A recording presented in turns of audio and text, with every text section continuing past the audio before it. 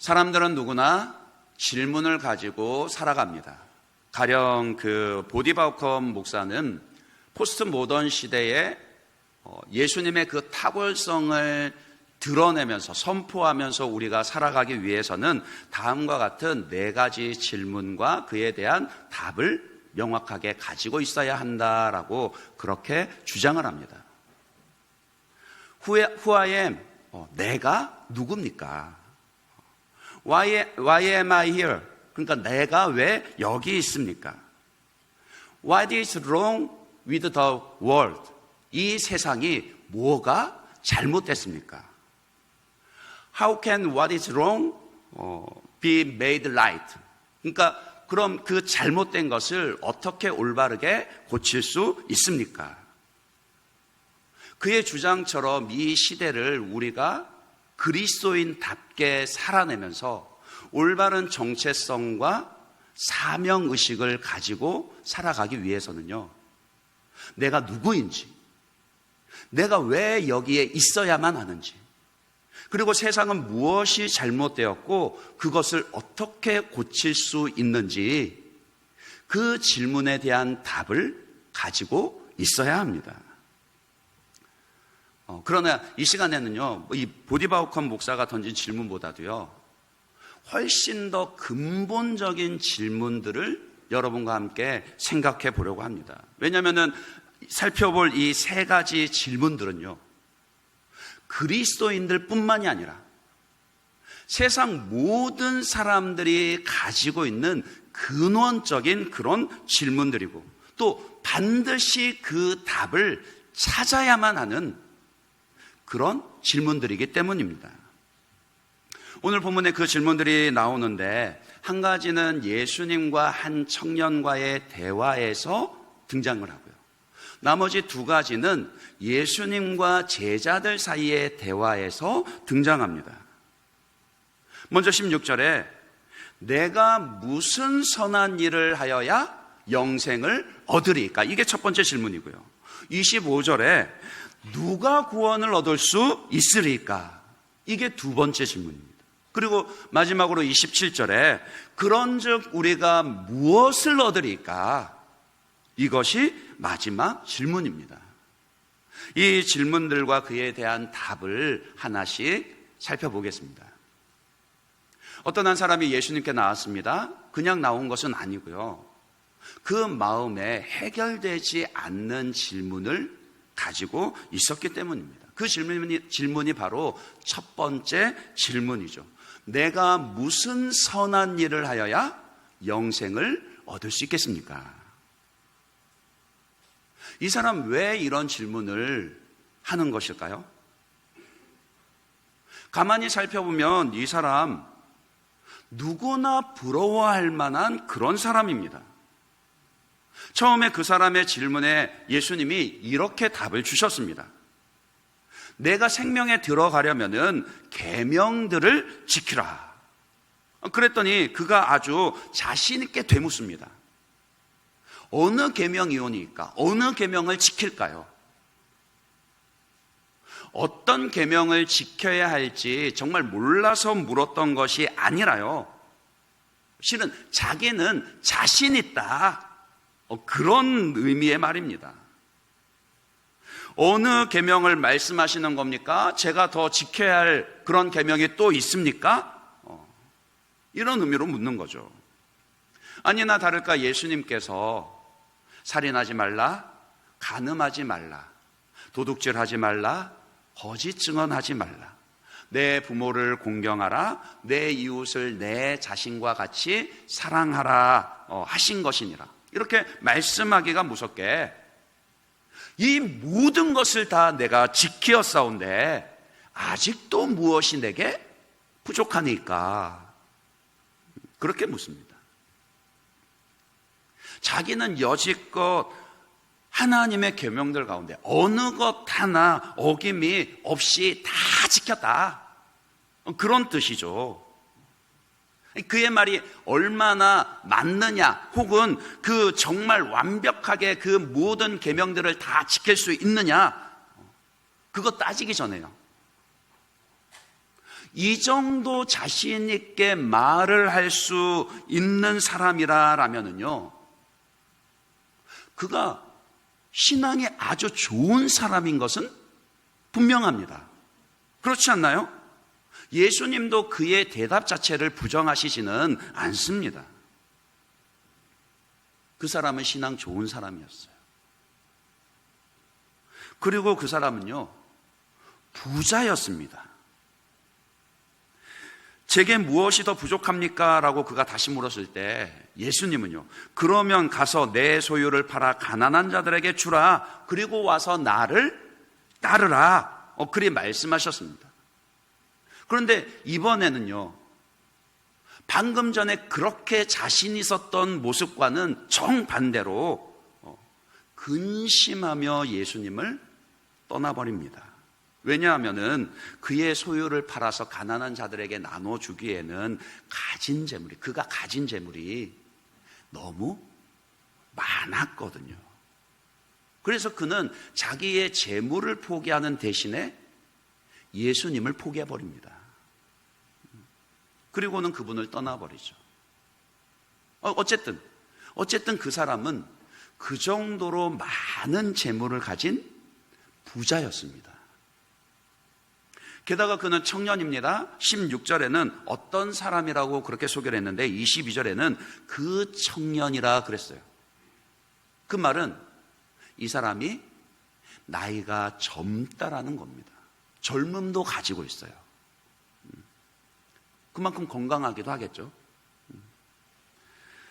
또 같은 사건을 기록한 누가복음 18장 18절을 보시면은요, 이 청년을 가리켜서 관리라 그렇게 소개를 합니다. 공직에 있다라는 뜻이고, 당시의 사회를 생각을 해보면은요, 어느 정도 성공을 이미 거둔 사람이라 그렇게 짐작을 할 수 있습니다. 그러니까 이 사람이 가진 조건들을요, 가만히 한번 따져보세요. 신앙이 좋은 사람이었습니다. 부자였습니다.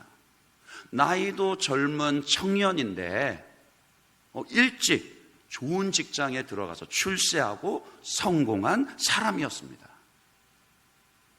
이만하면은 모든 사람들이 다 부러워할 만한, 그러니까 모든 조건들을 다 갖춘, 소위 말하는 엄친아 아닙니까? 그런데 중요한 것은요, 정말 중요한 것은 그런 사람조차도 해결되지 않는 질문을 가지고 인생을 살아가고 있다라는 점입니다. 남들이 보기에는 부족함 전혀 없을 것 같은 그런 삶인데도 마음속에 이 영생의 문제가 해결이 되지 않으니까 전혀 그 마음 가운데 만족도 행복도 누리지를 못합니다. 기쁨이 없습니다. 왜냐하면 다른 인생의 문제들은 다 해결이 됐는데 이 영생의 문제가 해결되지 않았거든요. 세상 권력의 그 정점에 올랐었던 진시 황제가요, 그러니까 최초로 대륙을 통일했던 그 진시 황제가 마지막까지 찾아 헤맸던 것이 무엇이라 그러죠? 불로초였답니다. 그러니까 영생의 문제였어요. 고 이병철 회장이 죽기 전에 5장의 종이에 24가지의 질문을 남겼습니다. 몇 가지만 말씀을 드리면, 신의 존재를 어떻게 증명할 수 있는가? 신이 인간을 사랑했다면 왜 고통과 불행과 죽음을 주었는가? 예수는 우리 죄를 대신 속죄하기 위해서 죽으셨다라고 했는데, 그럼 우리 죄란 무엇인가? 종교는 무엇인가? 영혼은 무엇인가? 과연 지구의 종말은 오는가? 이런 질문들을 남겼는데요, 결국에는 그 핵심은 뭡니까? 어떻게 해야지 내가 영생을 얻을 수 있겠습니까? 결국 그 질문이라는 거예요. 그러니까는 그 간암 걸렸을 때 그 이병철 회장님이 자기의 이 암을 고쳐주면은 자기 전 재산의 절반이라도 그 사람에게 주겠다. 이런 말까지 했던 것이죠. 그러니까요, 모든 사람이 가지고 있는 질문이면서도 극복하지 못하고 답을 찾지 못한 그 질문이 바로 내가 무엇을 하여야 영생을 얻으리까? 이 질문이라는 겁니다. 자, 그러면은요, 답을 찾지 못한다고 해서 아무것도 하지 않고 있을 수는 없잖아요. 모든 사람들이 다 그렇습니다. 세상 사람들도 그 질문에 답을 찾지 않는 것은 아닙니다. 그러니까 어떻게 합니까? 진시황처럼 권력에 의지하는 사람도 있고, 돈에 의지하는 사람도 있고, 또 요즘처럼 과학기술에 의지하는 사람도 있습니다. 그러니까 기술이 발전하면 언젠가는 죽음도 극복하고 영생의 문제가 해결될 수 있을 거다. 그런 기대를 가지는 거죠. 하지만 됩니까? 잘 모르시겠어요? 기술로도 안 됩니다. 물론 기술이 발전해서 그 극복한 질병들도 많이 있습니다. 그런데 참 이상하게요, 기술이 발전하는 것 그 이상으로 새로 생겨난 질병들도 훨씬 더 많더라는 거예요. 그러니까 과학기술로도 이 영생의 문제가 해결되지 않습니다. 어떤 사람은 쾌락에 매달려 보기도 하지만은 그것도 잠시뿐이지, 잠시 그냥 잊을 뿐이지 근본적인 해결이 되지 않습니다. 결국 답을 얻지 못한 사람들이 가장 많이 매달리는 것은요, 종교와 도덕입니다.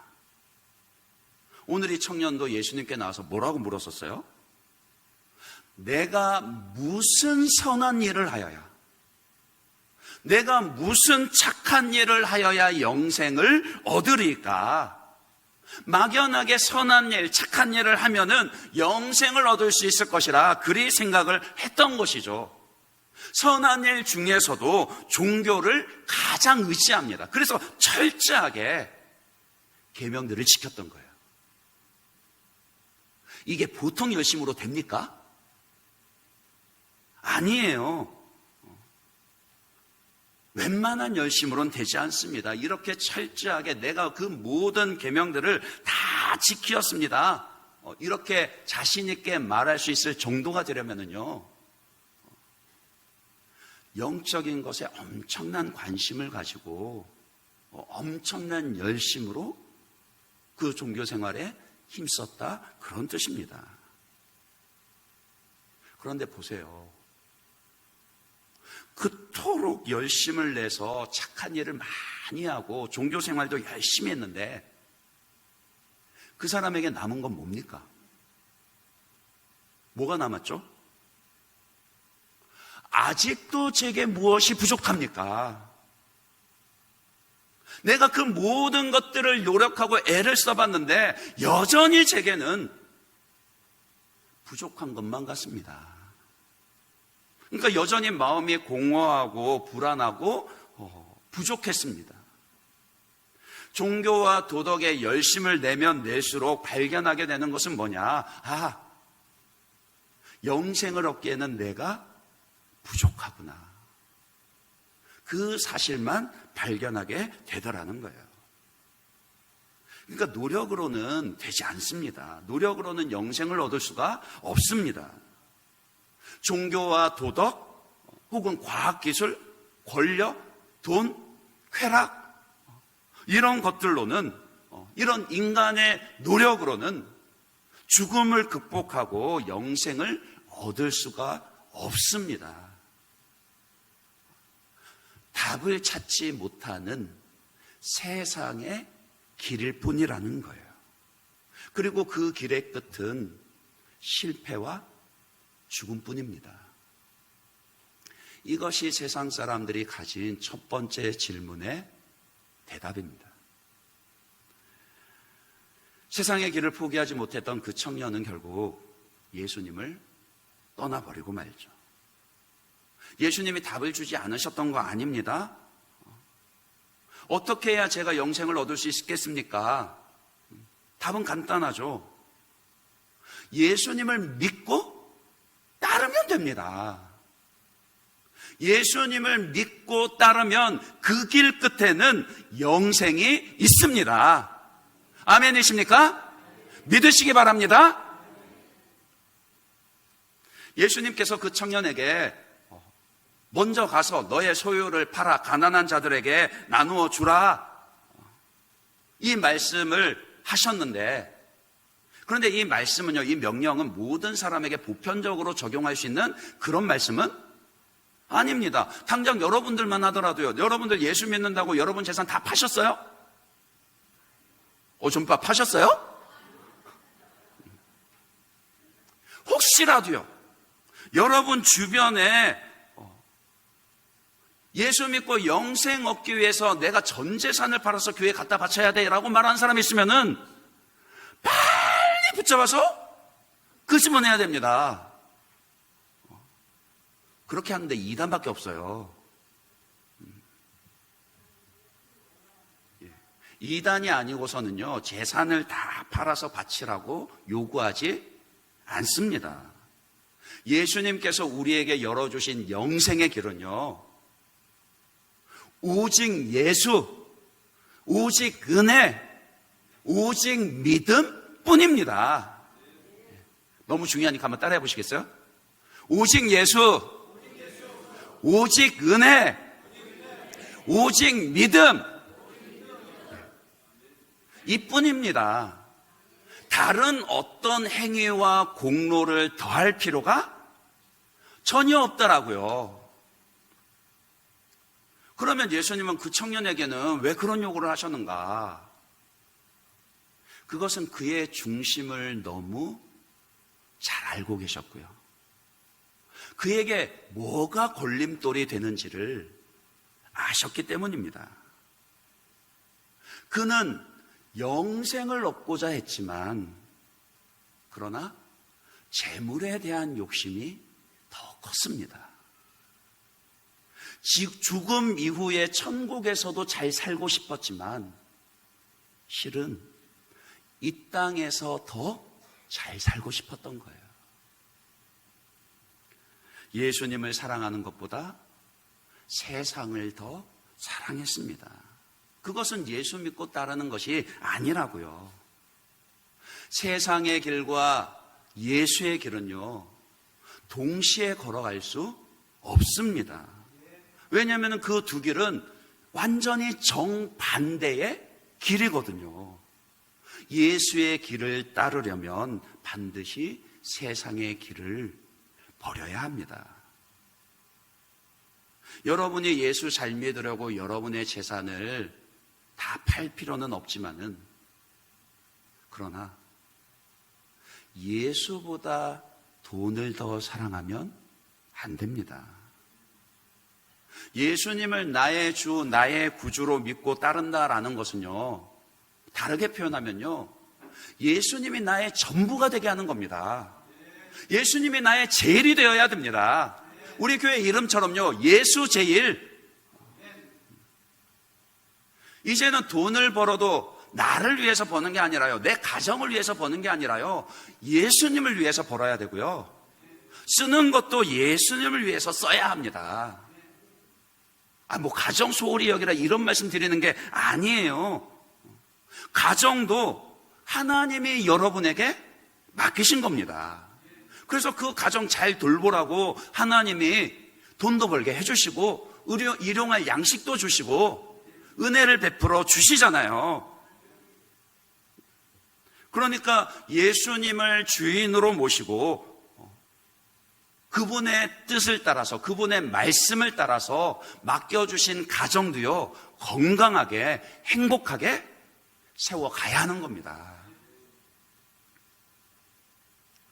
어쨌든 그 부자 청년이 예수님을 떠나버리는 그 모습은요, 곁에 있던 제자들에게도 엄청난 충격이었어요. 누가 보더라도, 야, 저 사람은 구원받겠지? 저 사람은 예수 믿고 구원받을 수 있는 그런 사람, 충분히 그런 사람이야 라고 생각했던 그런 사람이었거든요. 그런데 떠나버리죠. 예수님은 그 사람을 보내면서 심지어는 이런 말씀도 하십니다. 낙타가 바늘기로 들어가는 것이 부자가 천국으로 들어가는 것보다 훨씬 더 쉽다. 예수님은 반대로 표현을 했습니다만은 이런 말씀 들어도 전혀 놀라지를 않으시는데요. 아라비아 낙타로 불리는 이 중동의 낙타는요, 단봉 낙타입니다. 혹이 하나 있는 낙타인데 쌍봉 낙타보다도요 훨씬 더 커요. 평균적으로 한 1.8m에서 2m 정도 됩니다. 그러니까 저보다도 훨씬 크죠. 이 낙타가 어디로 들어간다라고요? 바늘길을 통과한다라고요. 그러니까 날마다 그 낙타를 보면서 사는 그 제자들에게는요, 이게 뭔 말이래? 그렇게 큰 낙타가 바늘길 통과하는 게 가능합니까? 전혀 불가능하죠. 그런데 부자가 천국에 들어가는 것은요, 더 어렵다 그래요. 여기서 말씀하시는 부자는요, 단순히 돈 많은 사람 가리키는 거 아닙니다. 더 엄밀히 얘기하면은요, 돈에 욕심내는 사람이요. 예수님보다 돈을 더 좋아하고 의지하는 사람, 그런 사람입니다. 아까 일부 예배 드리고 나서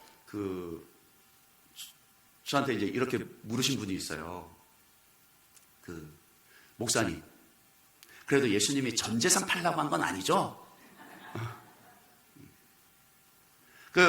우리 읽은 말씀에는 전 재산이라고 명시적으로 표현하지는 않습니다. 근데 문맥상으로 보면은요, 그것을 팔아서 가난한 사람들에게 나눠주고 너는 나를 따르라. 이 말씀은 무슨 의미예요? 너의 가진 모든 것을 내려놓고 나를 따르라. 이렇게 보면은 문맥상으로 전 재산을 의미하는 것이겠다 생각할 수 있고요. 그런데 더 중요한 것은요, 전 재산이든 아니든, 돈이 많은 사람이든 적은 사람이든, 그 사람은 왜 자기의 소유를 팔아서 나눠주지 못했습니까? 돈에 대한 욕심 때문이에요. 여러분은 그 사람이 큰 부자니까 일부 떼가지고 팔고 나눠주면 안 되나 그리 계산하실지 몰라도요, 얼마나 많이 가졌느냐랑 돈에 얼마나 욕심내느냐는 다른 문제라고요.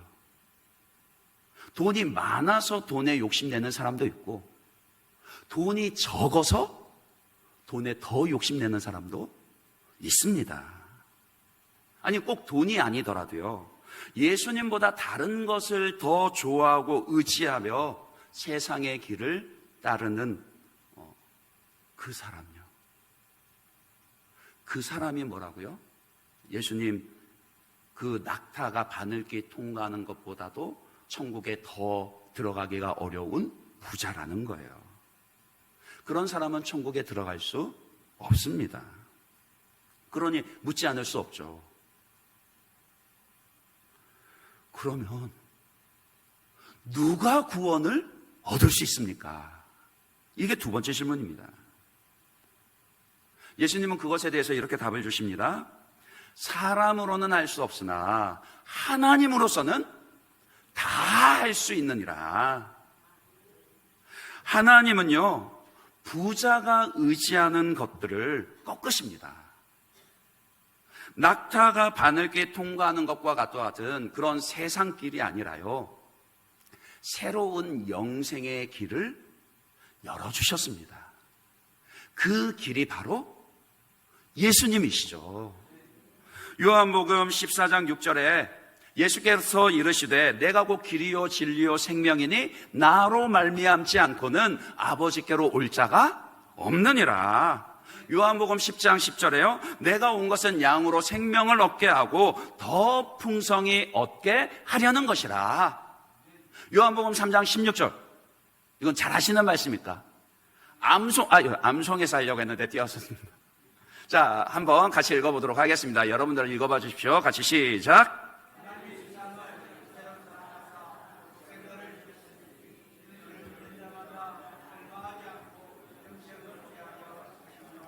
아멘. 아멘이십니까? 다른 길은 없습니다. 영생에 이르는 길은 오직 한 길, 예수의 길 뿐입니다. 이 길을 걷고 있는 베드로가 나중에 예수님께 묻습니다. 마지막 세 번째 질문이죠. 27절입니다. 이에 베드로가 대답하여 이르되 보소서, 우리가 모든 것을 버리고 주를 따랐사온데 그런즉 우리가 무엇을 얻으리까? 예수님을 믿고 따르는 이 길 끝에서 우리가 얻을 수 있는 것이 무엇입니까? 이렇게 묻는 것이죠. 예수님께서 무엇을 약속해 주십니까? 28절 29절입니다. 예수께서 이르시되 내가 진실로 너희에게 이르노니 세상이 새롭게 되어 인자가 자기 영광의 보좌에 앉을 때에 나를 따르는 너희도 12 보좌에 앉아 이스라엘 12지파를 심판하리라. 또 내 이름을 위하여 집이나 형제나 자매나 부모나 자식이나 전토를 벌인 자마다 여러 배를 받고 또 영생을 상속하리라. 그러니까 집이나 형제나 자매나 부모나 자식이나 전토를 예수 이름을 위해서 버렸다는 말이 무슨 뜻입니까? 그 모든 것들보다 예수를 더 소중하게 여겼다, 그런 뜻이잖아요. 그런 자들에게 약속이 있습니다. 12 보좌의 권세와 이 땅에서의 누릴 수 있는 것에 배의 축복과 영생이 상속되어질 것입니다. 그러니까 함축해서 표현하면요, 천국의 영생과 복락이에요. 영원한 생명과 영원한 복락이 예수의 길을 따르는 자에게 약속되어져 있습니다. 예수님 앞서 산상수훈에서 이런 말씀도 하셨죠. 마태복음 7장 13절 14절입니다. 좁은 문으로 들어가라. 멸망으로 인도하는 문은 크고 그 길이 넓어 그리로 들어가는 자가 많고. 14절 같이 한번 읽어볼까요? 생명으로 인도하는 문은 좁고 길이 협착하여 찾는 자가 적음이라. 당장에는 많은 사람들이 넓은 길, 생명의 길을 가고 있지만 그 길 끝에는 멸망뿐입니다. 넓은 길을 가면서도 여전히 채워지지 않는 그 질문을 가지고 답을 찾아 헤매다가 끝나버리고 만다라는 거예요. 멸망으로 끝나버리고 맙니다. 그러나 비록 많은 사람들이 찾지 않는 좁은 길이라 할지라도요, 예수님 믿고 따르는 이 길이야말로 영원한 생명과 영원한 복락이 있는 천국에 이르는 확실한 약속이 있는 생명의 길입니다. 그러니 좁은 길이라고 해서 두려워하지 마십시오. 넓은 길을 간다고 해서 세상 사람들 부러워할 필요도 없습니다. 다만요, 세상에 한 발, 예수님께 한 발, 그렇게 어정쩡한 모습으로는 예수님을 따를 수 없습니다. 믿음을 가지고 끝까지 예수님을 따라야 합니다. 그러면 반드시 약속된 천국의 영생과 복락을 누리게 될 것입니다. 그리고 먼저 이 길을 가는 자로서요, 우리는 이 길을요, 유일한 생명의 길을 전해야 합니다. 사람으로는 불가능하지만요, 하나님이 하시면 하신다라고요. 아니, 오직 하나님만이 죄인들을 불러서 그들을 구원하시고 영생을 주십니다. 부자가 천국 들어가는 게 낙타가 바늘길 통과하는 것보다 더 어렵다 했는데요. 그래도 성경을 보면은요, 구원받은 부자들이 있습니다. 아리마대 부자 요셉이 있고요. 나사로와 마르다 마리아 삼남매가 있고요. 그리고 또 헤롯의 청직이었던 구사의 아내 요한나가 있고, 여러분 잘 아시는 삭개오도 있습니다. 그 부자들은 어떻게 구원을 받았어요? 하나님으로서는 다 하실 수 있느니라. 그러니까 사람이 볼 때는요, 사람의 시선으로는요, 저 사람 예수 믿을까? 세상 사람 다 예수 믿어도 이 사람은 예수 안 믿을 거야. 그렇게 생각하는 그 사람도요, 하나님이 하시면 하십니다. 하나님만이 하실 수 있어요. 우리가 할 일은 영생을 주시는 예수님을 소개하고 그들을 초청하는 것이죠. 우리가 정말, 여러분이 정말 예수님만이 유일한 생명의 길이다라는 것을 믿고 따른다라면은 그들에게 오라 초청하고 예수님을 전해주는 거, 그 정도는 해야 하지 않겠습니까? 예수 잘 믿을 것 같은 그 부자 청년은 떠나가 버리고, 전혀 믿지 않을 것 같은 그 사람은 예수를 믿게 되더라니까요. 하나님이 하시면 하십니다. 그래서 30절에 그러나 먼저 된 자로서 나중되고 나중된 자로서 먼저 된 자가 많으니라, 이 말씀을 하시는 거예요. 이 시간에는 우리 10월 26일 대부흥 전도주일을 앞두고 우리 모두가, 우리 각자가 전도할 영혼을 마음에 품는 작정을 하도록 하겠습니다. 여러분들 의자 앞에 보시면은 볼펜이 다 놓여 있고, 또 주보 안에 보시면은 작정 카드가 이렇게 삽지가 되어져 있을 겁니다. 함께 조금 이따 이제 짧은 영상 보실 텐데, 영상 보시고 함께 기도하시고 똑같이 또 작정 카드 작정하셔서 제출 용은 잘라서 이제 이따 나가실 때 뒤에 있는 함에 넣어 주시면 됩니다. 무엇을 하여야 영생을 얻을 수 있습니까? 모든 것을 다 가진 사람이라 할지라도요,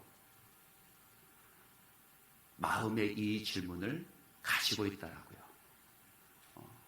이미 정답을 아는 우리가 그에게도 전해 주어야 하지 않겠습니까?